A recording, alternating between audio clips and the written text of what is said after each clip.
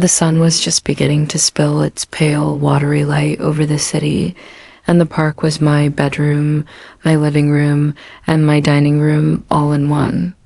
My bed was a wooden bench, cold and unyielding against my old bones. A few sheets of newspaper I'd found in a bin were tucked into my coat for insulation, but they crackled every time.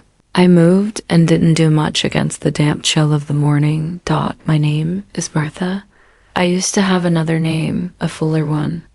I was Martha Miller, wife to Tom, mother to Lily. I was a woman who baked apple pies and knew the specific squeak of the third step on our staircase. No, I was just Martha, sometimes not even that. Sometimes I was just a shape on a bench people tried not to look at for too long. The world was starting to wake up around me. A man in a bright blue sweatsuit jogged past, his breath puffing, out in white clouds. A woman with two small, yapping dogs hurried by, her face buried in her phone. They were living in a world that ran on a different clock than mine. Their day was just beginning. Mine was just a continuation of the night before a long, slow search for warmth and a quiet corner to be invisible and my stomach was a tight, hollow knot. I tried to remember the last time I'd had a hot meal. Was it the soup from the church kitchen 2 days ago? Or 3? The days blurred. Time didn't pass in hours and minutes for me anymore. It passed in waves of hunger, moments of cold, and the short, precious periods of dreamless sleep. That's when the car pulled up. It wasn't just a car. It was one of those enormous, gleaming black vehicles that looked like it had been polished.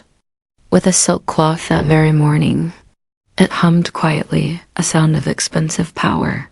The door opened, and a woman stepped out.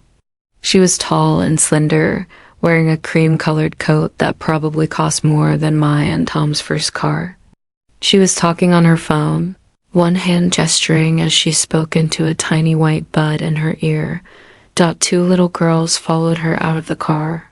They looked like porcelain dolls, both with blonde hair so bright it seemed to catch all the morning light. The older one, maybe 10, wore a neat little peacoat and looked around the park with a bored expression. The younger one, who couldn't have been more than 7, was a bundle of energy. She wore a puffy pink jacket and had a sparkly clip in her hair that glittered even in the weak sunlight. The little girl in pink skipped ahead, her feet barely seeming to touch the ground. As she bounced past my bench, the sparkly clip in her hair came loose and fell to the pavement with a tiny, almost inaudible clink. It landed just by my worn-out shoe. She stopped, her face scrunching up in distress. "Mommy, my clip." The mother waved a dismissive hand, still deep in her phone conversation. "Just pick it up, Chloe." The little girl, Chloe, bent down, but she seemed hesitant to get too close to my bench, to me. I understood. I was a monster in the corner of a fairy tale for some people. A shadow they warned their children about. My hand moved before my mind had fully decided to. My fingers, stiff and chapped from the cold, closed around the small, glittery piece of plastic. It felt impossibly light and frivolous. I held it out. My voice was rough from disuse. "Here you go, little one." Chloe looked from my hand to my face. Her eyes were wide and blue, and for a moment they held no judgment, just curiosity. She took a tentative step forward and plucked the clip from my palm. Her small, warm fingers brushed against mine, and the brief contact was like a tiny electric shock, a reminder of a world of touch and tenderness I no longer belonged to. "Thank you," she said, her voice a little bow. I managed a small smile. It felt strange on my face, like stretching a muscle I hadn't used in years. "You're welcome. It's very pretty." She beamed, her earlier fear gone, replaced by the easy pride of a child. She turned to her older sister, who was watching us with an unreadable expression. Then she turned back to me. She looked at my bench, at the newspaper sticking out of my coat, at the plastic bag with my few belongings tucked under my feet. Her little mind was clearly working, trying to make sense of what she was seeing. She pointed a small, mitten-covered finger at my bench. "Is this your house?" She asked with the simple, brutal honesty that only a child possesses. I didn't know what to say. The truth felt too harsh, a lie felt too complicated. I just nodded slowly, something like that. Her face lit up with a sudden shared understanding, or what she thought was a shared understanding. "We have a new house too," she announced, her voice full of excitement. She leaned in a little as if sharing a wonderful secret. "Our dad bought us a mansion this morning. It has a swimming pool and a room just for my toys." The words hung in the air between us. Our dad bought us a mansion this morning. Each word was a small, sharp stone thrown at a window that was already cracked. A mansion, a place with so many rooms you could get lost. A swimming pool, a room just for toys, this morning. As if it were as simple as buying a loaf of bread, the world around me seemed to fade. The jogging man, the yapping dogs, the cold air, it all disappeared. In its place, a flood of images rushed into my head. I saw my old house. The little 2-bedroom bungalow on Elm Street. It wasn't a mansion. It was small and a bit drafty, and the paint was always peeling on the back porch. But it was ours. I could smell the ghost of Tom's coffee brewing in the kitchen. I could feel the worn spot on the arm of his favorite armchair. I could see Lily's height chart penciled onto the doorframe in the kitchen, each line a celebration of her growing up. I could hear her laughter echoing in the hallway as she chased our old cat, Patches. That was my mansion. It was a mansion of memories, of love, of a life built piece by piece with a man I adored. A life that had been dismantled just as slowly. First Tom's sickness, the endless hospital visits, the bills that piled up like snowdrifts. Then selling. The car, then the jewelry my mother had left me. Then finally the house. The day we had to leave. I walked through the empty rooms and felt like a part of my own body was being amputated. The little girl was still looking at me, expecting a reaction. She expected me to be happy for her, to share in her joy. And the most painful thing was, I couldn't even be angry at her. She wasn't being cruel. She was just a child, living in a universe so far removed from mine that we might as well have been on different planets. She saw my bench and saw a house, and in her world, people got new, better houses. It was a happy thing. Her mother finally finished her call. "Chloe, come on, don't bother the lady." She glanced at me, and her eyes held a flicker of something pity, maybe, or discomfort. She gave a tight, polite smile, grabbed Chloe's hand, and pulled her away. "But Mommy, she lives on this bench," Chloe said, looking back over her shoulder. "I know, sweetie. Let's go." They walked back to the giant, silent car. The door clicked shut, sealing them inside their clean, warm, safe world. The car pulled away from the curb and disappeared down the street, taking the little girl and her. News of a mansion with it. I was alone again on my bench. But the air felt different now. It was heavier.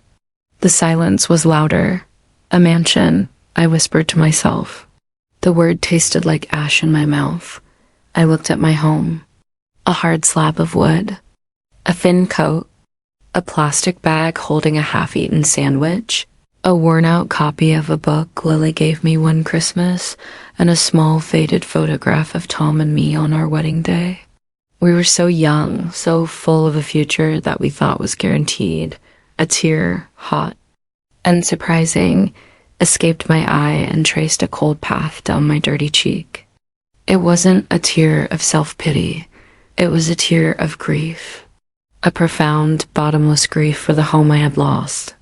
Not just the building, but the safety, the warmth, the feeling of belonging somewhere in the world. The feeling of having a door to lock. Against the night, I thought about Lily. She was grown now, with a life of her own in a different state. She had a small apartment and a job that barely paid her bills. I couldn't go to her. I couldn't be a stone tied around my own daughter's neck. My pride was a thin, tattered blanket, but it was one of the last things I had left. My love for her was the reason I was here, on this bench, instead of on her couch. The little girl's words echoed in my mind. Our dad bought us a mansion this morning. It was a simple statement of fact for her. For me, it was a reminder of everything the world had taken away. My dad was long gone. My husband was gone. My home was gone. I sat there for a long time, watching the sun climb higher in the sky. It started to warm my face, and I closed my eyes, soaking in the small comfort. The pain in my chest was still there, a heavy, solid thing. But something else was stirring underneath it. The girl didn't know it, but she had given me something. She had forced me to look right at the heart of my loss. For so long, I had just been surviving, putting one foot in front of the other, focusing only on the next meal or the next safe place to sleep.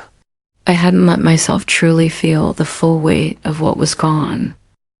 I opened my eyes and looked at my hands resting in my lap. They were red and chapped, the nails broken. But these were the hands that had held my husband's as he passed away. They were the hands that had packed my daughter's lunches and braided her hair. They were the hands that had scrubbed floors and planted flowers. They had built a life. The world hadn't taken that away. The memories were still there. They were my mansion.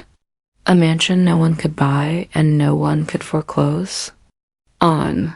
It was a mansion inside of me, with rooms full of laughter and sunlight and the smell of apple pie. And Tom was there. Lily was there as a little girl. The hunger was still there. The cold was still there. My future was still a terrifying blank page. But the little girl with the sparkly clip had, in her innocence, reminded me of what I was grieving for. And in naming the grief and feeling it so sharply, it felt, just for a moment, a little less like a monster and a little more like a part of me. A sad part, but mine. I pushed myself up from the bench. My back ached in protest. I pulled my thin coat tighter around me, tucked my plastic bag under my arm, and started walking. I didn't know where I was going. To the library for warmth, maybe. To the church to see if there was any leftover bread. One step, then another.